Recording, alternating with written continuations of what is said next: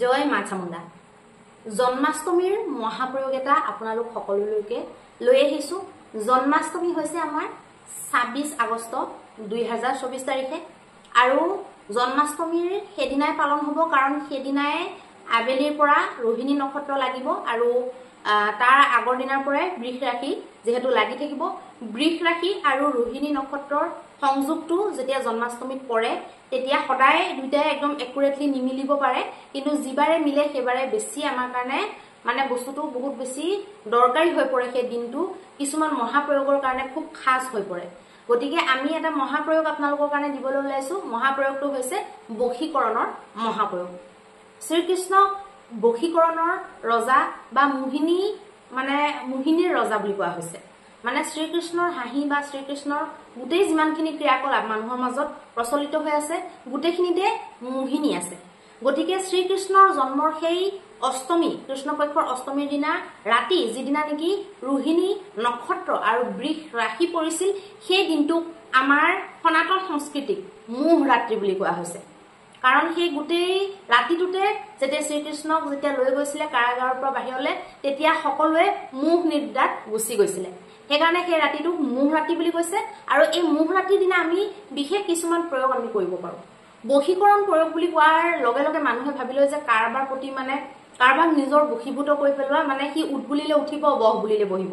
তেনেকুৱা কেতিয়াও সম্ভৱ নহয়। সেইটো আপোনালোকে প্ৰথম বুজি লোৱাটো দৰকাৰী। এতিয়া বশীকৰণ কাক কাক লাগে সেইটো মেইন কথা হৈ যায় আমাৰ কাৰণে। কোনোবাই কিবা এখন ধৰক দোকান চলাই আছে, ব্যৱসায় এটা কৰি আছে, বা কিবা চেলছত আছে, ধৰক মাৰ্কেটিঙত আছে, তেওঁলোকক তেনেকুৱা বস্তুবিলাক দৰকাৰী হয়। মানে বশীকৰণ মানে এতিয়া তেনেকুৱা এটা বস্তু নহয় যে মানুহটোক একদম কবজাত বনাই ল'ব, তেনেকুৱা নহয়। খালি আকৰ্ষণৰ শক্তিটো উৎপন্ন কৰাটোকে ইয়াত বশীকৰণ বুলি কোৱা হৈছে। মানে নিজৰ ভিতৰত বশীকৰণৰ সেই তত্ত্বটো, যিটো আকৰ্ষণ তত্ত্ব, সেইটোক বিকশিত কৰাৰ কথাহে মই ইয়াত এই ভিডিঅ'টোত ক'বলৈ ওলাইছো। আৰু সেইটো সকলোৰে কাৰণে বহুত উপযোগী হ'ব পাৰে, বহুত দৰকাৰী হ'ব পাৰে।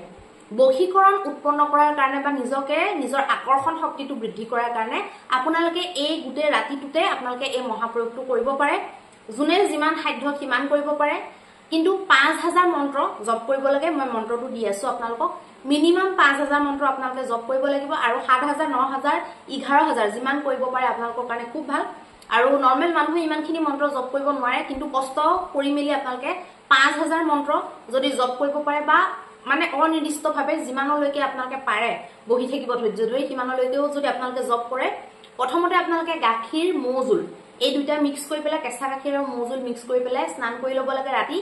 স্নান কৰাৰ পিছত আপোনালোকে শ্ৰীকৃষ্ণৰ ফটো বা মূৰ্তি আপোনালোকৰ ঘৰত যি আছে তাৰ সন্মুখত ঘিউৰ চাকি, ভোগ, প্ৰসাদ, যি লাডু চাডু গোটেইখিনি অৰ্পণ কৰি, শ্ৰীকৃষ্ণক নতুন বস্ত্ৰৰ পৰা আদি কৰি গোটেইখিনি অলংকাৰ আদি অৰ্পণ কৰি, ফুল অৰ্পণ কৰি মেলি গোটেই মানে পূজা ভাগ মেইনলি আপোনালোকে কৰিলে।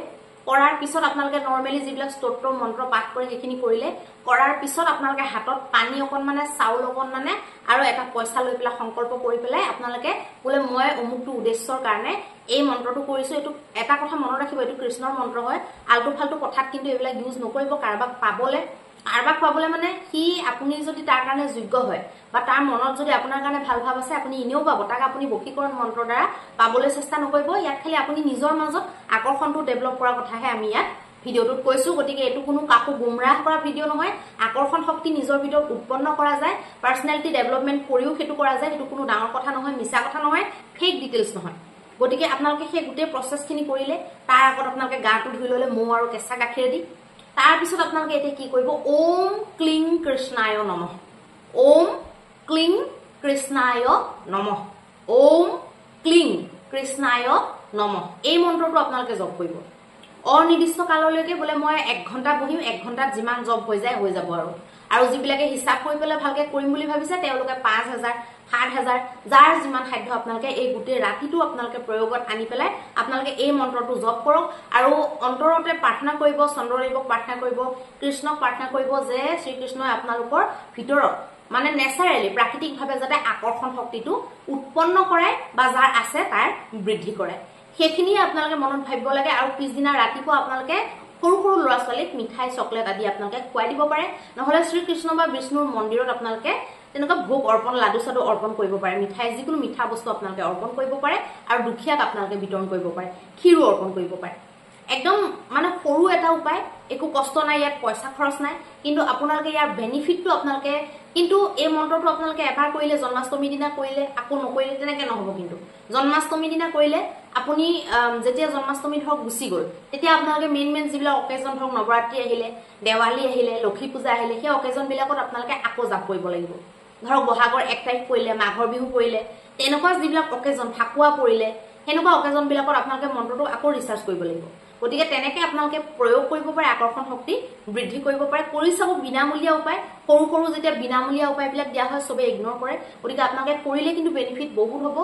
লাষ্টত আমি শ্ৰীকৃষ্ণ জন্মাষ্টমীৰ সকলোকে শুভকামনা জ্ঞাপন কৰিলো। শ্ৰীকৃষ্ণৰ যিখিনি আদৰ্শ, শ্ৰীকৃষ্ণৰ আদৰ্শক আমি বেছি গুৰুত্ব দিয়াটো দৰকাৰ, না কি তেওঁৰ অকল হাঁহি থকা স্বৰূপ বা ৰঙীন ফটোবিলাকক। গতিকে শ্ৰীকৃষ্ণৰ আদৰ্শ আপোনালোকে ক'ত পাব? ভগৱত গীতাত পাব। গীতা আপোনালোকে পঢ়ক, গীতাখন বুজক আৰু জীৱনটো আপোনালোকে সাৰ্থক কৰক। ধন্যবাদ।